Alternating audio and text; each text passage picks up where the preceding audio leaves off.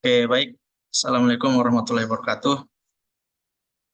Perkenalkan, kami dari kelompok 9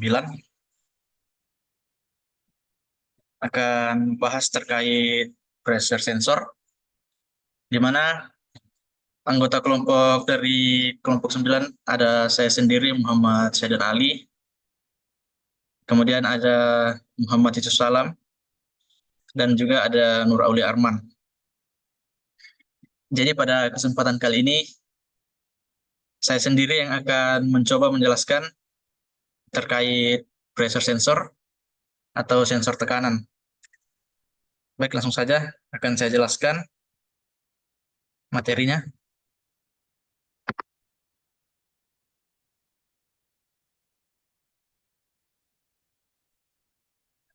Baik, eh, apakah sudah tampil?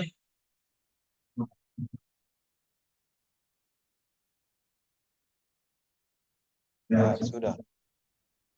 Oke, terima kasih. Baik, langsung saja. Jadi di sini kami akan membahas terkait sensor tekanan, di mana pada pembahasan kali ini kami fokuskan ke 4 topik utama, yaitu pembahasan terkait manometer, tabung Bourdon, kalibrasi, dan saklar tekanan. Langsung saja yang pertama itu manometer. Jadi manometer itu berfungsi untuk mengukur tekanan pada suatu sistem baik berupa gas atau cairan. Prinsip kerja dari manometer ini adalah eh, dia akan membaca perubahan tekanan pada tabung. Bisa dilihat pada gambar di sini adalah bentuk dari manometer.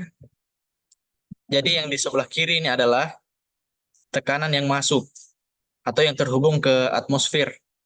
Kemudian yang di kanan ini yang terhubung ke sistem yang akan dikendalikan. Nah, bisa dilihat di sini pada gambar yang berbentuk U.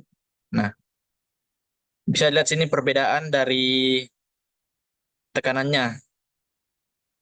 Pengaplikasian manometer ini sendiri biasa digunakan pada pompa udara atau biasa kita kenal dengan sebutan kompresor.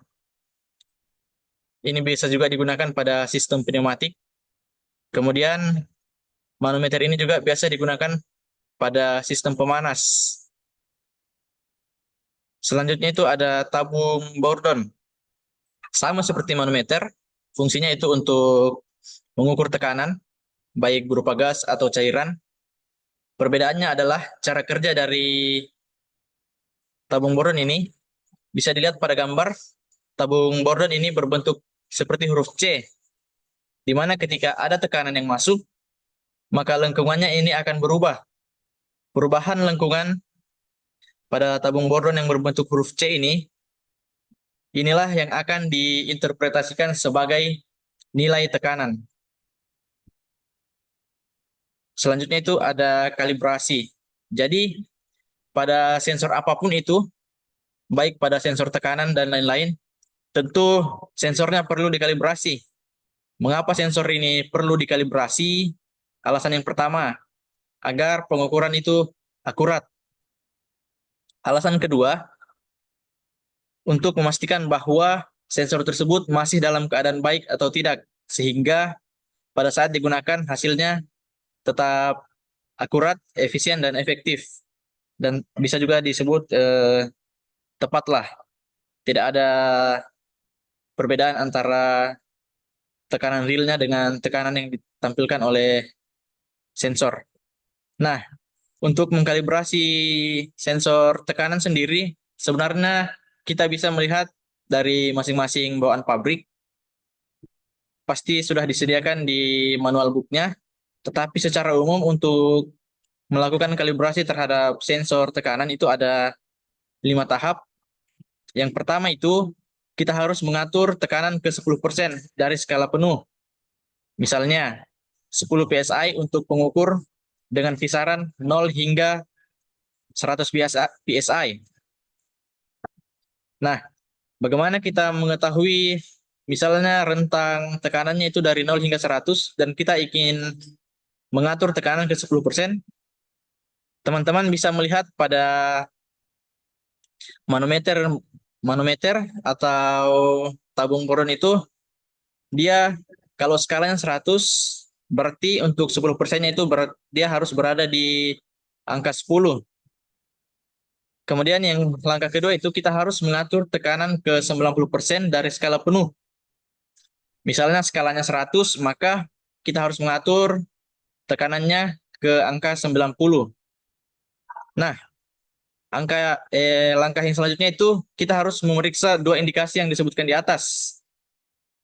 Jika kedua indikasi tinggi atau rendah, maka harus dilakukan penyesuaian ke titik nol.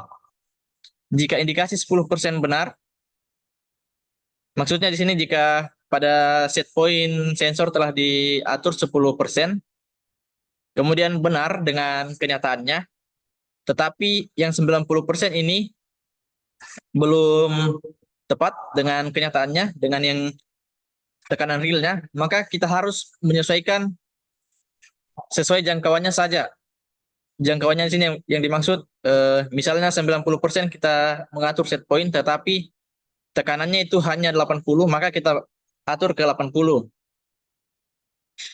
Kemudian yang ketiga itu jika kedua indikasi tinggi atau rendah berbeda, misalnya yang 10% ini tidak sesuai dengan tekanan real, dan begitu juga yang 90%, maka kita harus menyesuaikan ke 0.